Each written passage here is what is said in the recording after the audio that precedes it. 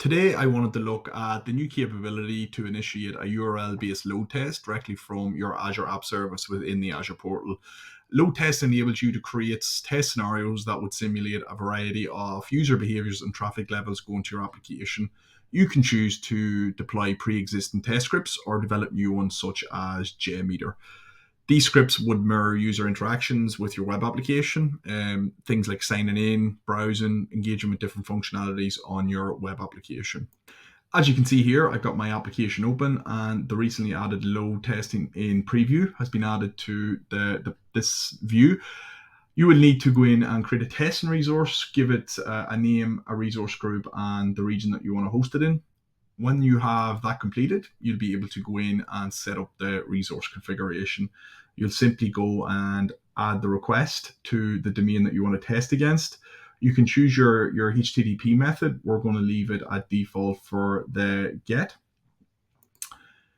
Next, you'll look at the load configuration. So this is going to be the variables that's going to go to your application. You can see here, you can pick the amount of current users per engine, how long the test duration is going to be, increase the engine instances as well. In the interest of time, I've already went ahead and carried out a testing scenario, and these are the results. You get the load test results at the bottom here. It gives you a complete breakdown of the total requests that were sent to your application, the response time of your application. As you can see, mine's quite high, and then the throughput as well. Most importantly as well, the errors. If you're getting any errors, you want to be made aware of it. Down here, we've got the client-side metrics. So the amount of requests and virtual users that went to my application, the response time as well. So we can go into these and delve into them a little further. Down at the bottom, we've got our server-side metrics. These are the ones that are top of mind for us.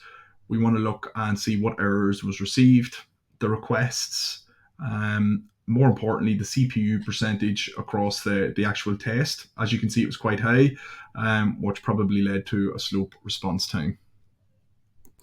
Up at the top, you can see we've got the option to compare different test runs. So we can test runs based on older tests to see what the improvements were to our latest test. So we've got that ability to compare different tests.